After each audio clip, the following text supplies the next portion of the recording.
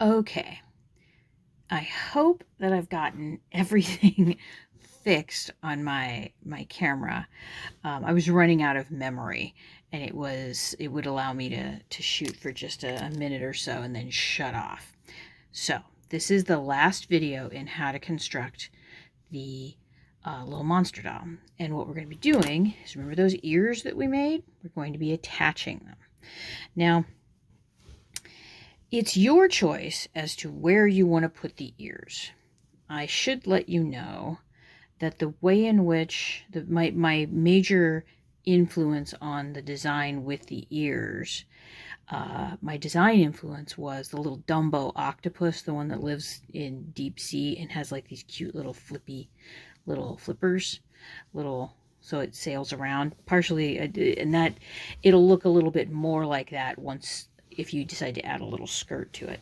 So these ears attach really, really easily. We're going to take our little doll, turn him over, and we're going to make, this is where you choose to position this doll, or the doll's ears. It's completely up to you. I am going with a little higher up and about a centimeter, if we can get that, about a centimeter from the edge. Now, I usually use my awl to do this, to make the first hole.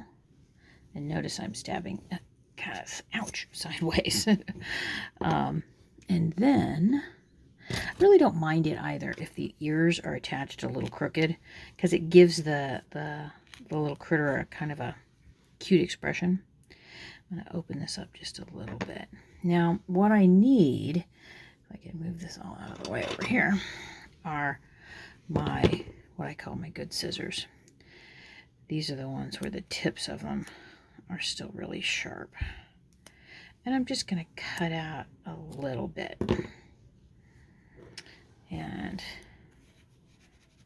you can see there. Now, I also realized that in doing this, if you have discovered that during your work on your little monster here, that the stuffing is a little lacking, here you can actually take small pieces of stuffing with tweezers and help to stuff a little bit more inside this head if you feel that you need that. If you don't worry about it. Now what I'm going to do is I'm going to use my tweezers and get the ear in that hole. Now, again, it is completely up to you as to the direction of the ears. You can see here my ears are kind of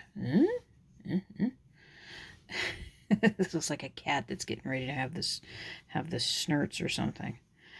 I think I want to go a little further on this one. I always look at them from the back because I want to see, are they even? I mean, do I have the same amount coming out here as I have coming out here?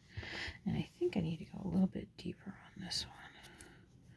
There we go. And then I double check to make sure there's nothing coming up or doing anything strange.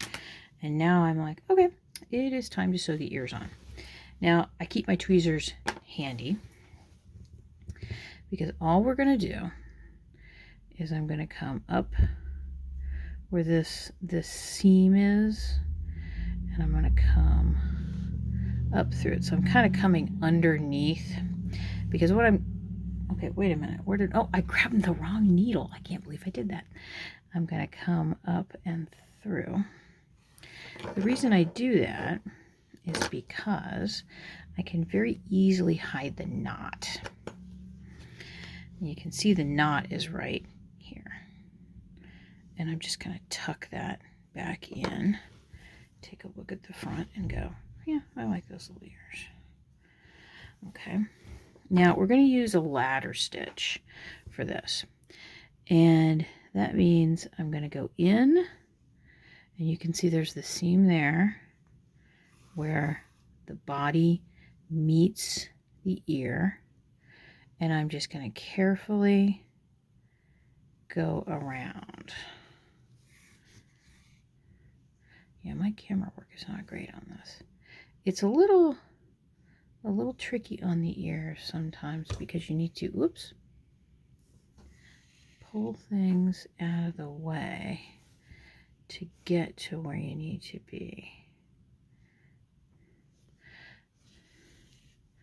This is a hard one to shoot. Let's get that out of the way.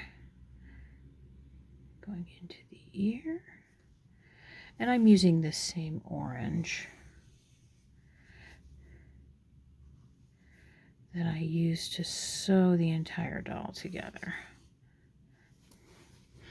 And you can see I keep changing positions. Now, it can get a little tricky here because you have two pieces coming together and you don't want to just go through because can you see where the needle is right there? Sometimes what I'll do if I get in a position like this, I'll go, you're thinking, why are you going way down here? Why would you go way down here? There's a reason for that. Those little arms, I just catch everything.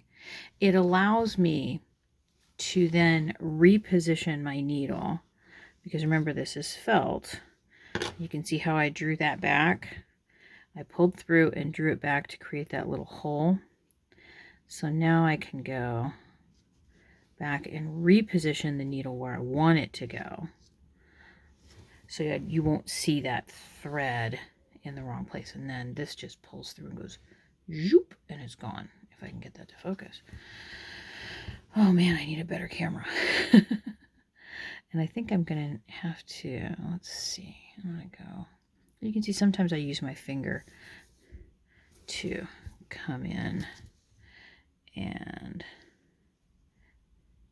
position where I need to go. I press down a little bit.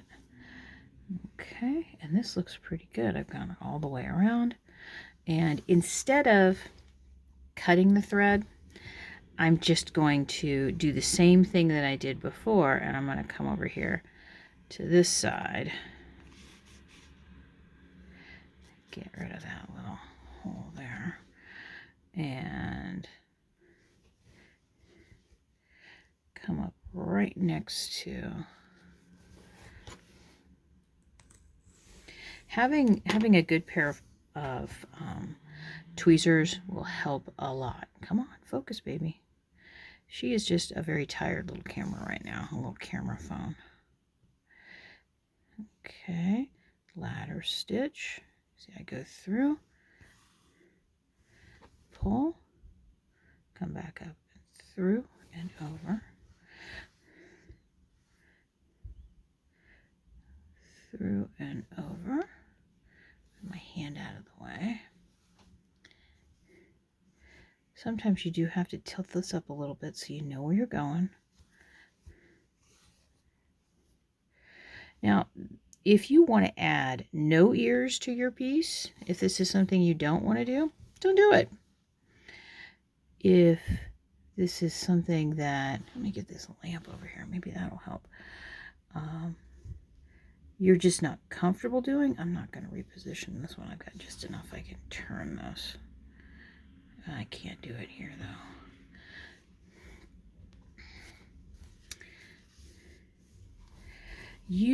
This particular little monster creature is you. This is your creation. I want you to make it however you want to do it. Okay, and then I'm going to go through to the bottom side. I tend to try to hide knots at the bottom, and this is how I do it. I'm just going to go through here, one of the stitches. I'm going to pull one knot, and then I'm going to go through and pull the knot in so it's hidden underneath. And then if you've been with me long enough, you know I'm going to hide the tails underneath, or by going through a couple of different times. Now, I like this. She looks a little on the surprise side, because we have over here, this is Huh?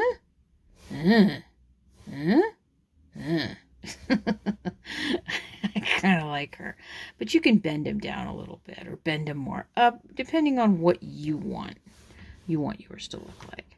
So that is the complete body. She's all put together, and in the next series of videos, I'm going to show you how to make a little backpack, a little hat, maybe a little scarf, a little bow, a little pair of pants, little pantalones. We're going to be working with some different kinds of fabric too. We're going to be working with cotton. We're still going to be working with the sewing by hand though. So I really look forward to putting those together, and I hope you have enjoyed putting together the little Yana Nani monster doll.